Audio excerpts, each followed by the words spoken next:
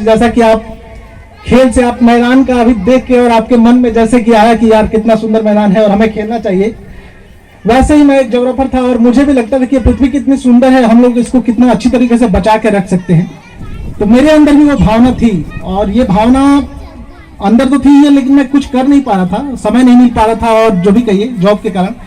लेकिन धीरे धीरे अपने भावना को मैंने और ऊपर लाया और एक सोचा कि क्यों ना एक ग्रुप बना के, एक समूह बना के लोगों को हम इस जो धारा है हमारी इतनी सुंदर पृथ्वी है, इसको बचाने का हम लोग संकल्प लें और इसको बचाएं। तो उसी कड़ी में हम लोगों ने 2019 में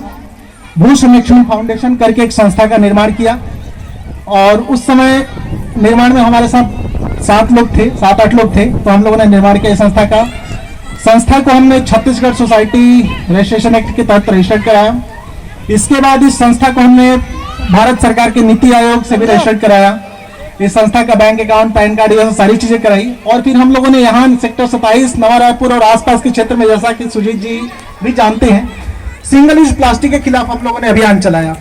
कि ये नया रायपुर कितना सुंदर है और इसको सुंदर और हम लोग बना के रखें। हम लोगों ने बनाया तो है, लेकिन इसको बना के रखना भी बहुत बड़ी बात है, सुंदर। तो हम लोगों ने सिंगल यूज प्लास्टिक के बारे में सोचा कि थोड़ा यहाँ पे ये बैन होना चाहिए। इसमें सुजीत जी का भी बहुत अच्छा योगदान रहा, लेकिन बीच में कोरोना आ गया, उसमें हम लोग थोड़ा अपने मकसद में सफल नहीं हो पाए। लेकिन फिर भी हमारा यह प्रयास है कि सिंगल यूज प्लास्टिक को नवा रायपुर और धीरे धीरे रायपुर और अपने छत्तीसगढ़ को और साथ ही भारत को कुछ हद तक मुक्त करने का प्रयास हम लोग कर रहे हैं और करेंगे, शायद सफल भी होंगे। और मैं सभी यहाँ जो दर्शक बैठे हैं, बच्चे बैठे हैं और जो हमारी बहन बैठी हैं, उन सबसे आग्रह करूंगा कि आज का जो हमारा ये भू संरक्षण संस्था देख रही है, इसका मकसद एक ही है कि सिंगल यूज प्लास्टिक से देश को मुक्त किया जाए और अपने आसपास के जलाशयों को, अपने आसपास के वृक्ष, पेड़ पौधों को और अपने पर्यावरण को बचाया जाए। और जब ये बचे रहेंगे तो हम लोग भी इस पृथ्वी पर बहुत ही सुंदर तरीके से अपना जीवन यापन कर सकते हैं। तो यहाँ पे जो भी बैठे हैं, मेरे सामने दर्शक बैठे हैं, मैं उनसे आग्रह करना चाहूंगा कि आप लोग आज से प्रण लीजिए कि आप जब भी कभी सब्जी लेने मार्केट जाएंगे या कोई भी सामान लेने जाएंगे, दूध, चिप्स, बिस्किट, कुछ भी, तो आप सिंगल यूज प्लास्टिक में वो सामान लेके नहीं आएंगे। आप अपने घर में एक थैला रखिए, उस थैले में सामान लेके आइए। प्लास्टिक का इस्तेमाल सिंगल यूज तो बिल्कुल मत करिए, क्योंकि बच्चों के लिए आने वाले 20 साल 50 साल में ये बहुत ही खतरनाक होगा। कोरोना का हम लोगों ने विभत्स रूप देख लिया है, पर्यावरण का विभत्स रूप भी धीरे धीरे कहीं ना कहीं हमें हिमाचल में और कहीं सुनामी के रूप में, लैंडस्लाइड के रूप में दिखता है। उसी तरह आने वाले कुछ सालों में पर्यावरण जो सिंगल यूज प्लास्टिक से प्रदूषित होगा, इसका भी विभत्स रूप हमारे सामने आएगा। तो मैं आपसे आग्रह करूंगा कि सिंगल यूज प्लास्टिक का इस्तेमाल मत करिए। आते हैं आज के इस कार्यक्रम के उपलक्ष्य में। तो आज जो मैम हमारे बीच में उपस्थित है, आज का यह कार्यक्रम था कि सेक्टर 27 और 29-30 जो आजकल रहवासी इलाका भी नवा रायपुर में इतना ही और एक सेक्टर 17 है, यहाँ पे ऐसी कोई एक्टिविटी नहीं होती है जहाँ पे कि खेल बच्चों को जागरूक किया जाए और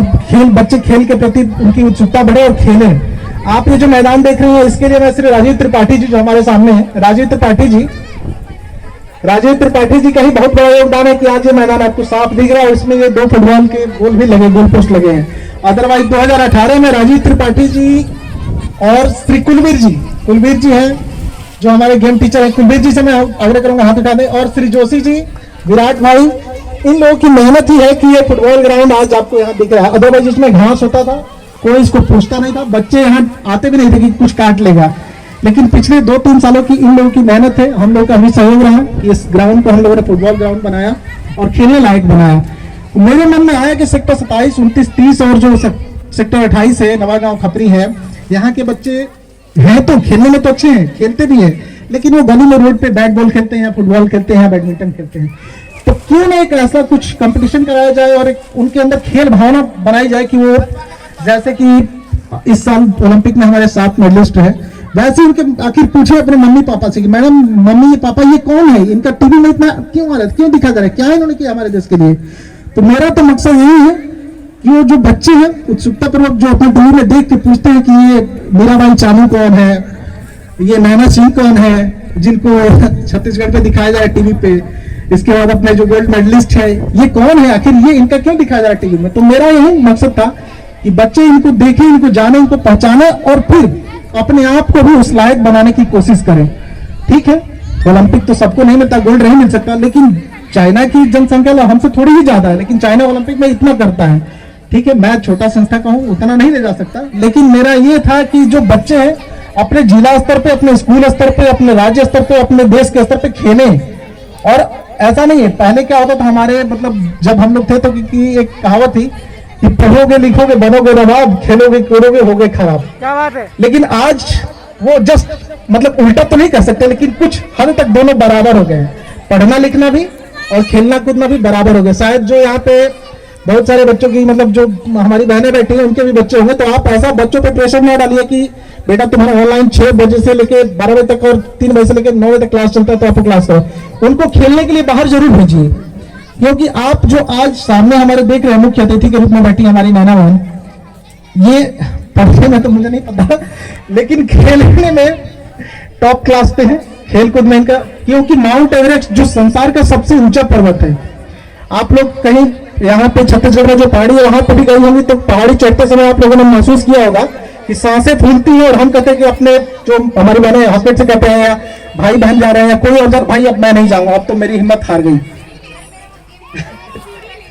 बिल्कुल सीढ़ी ले लो या वहां घोड़ा है तो घोड़ा ले लो या पालकी ले लो। जैसे वैष्णो देवी कोई लोग जाते होंगे तो देखिए वहां पे बहुत 14 किलोमीटर की चढ़ाई है। मैं खुद पर्सनली 3 बार गया हूँ और पैदल ही गया हूँ, अकेले भी गया हूँ।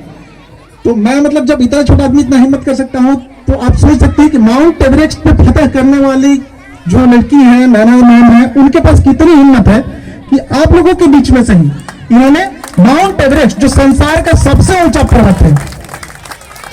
संसार में सबसे ऊंचा पर्वत है माउंट एवरेस्ट, ये शायद आपके बच्चे जानते होंगे, हम लोग भी जानते हैं कि संसार का सबसे, और उस पर इन्होंने भारत का नाम और छत्तीसगढ़ का नाम और अपना नाम रोशन करके वहां तिरंगा झंडा जो है गाड़ा है। तो इसके लिए मैं अपनी तरफ से और आप लोगों से भी तरफ चाहता हूं कि बहुत जोरदार तालियों से एक बार नैना मैम का स्वागत करें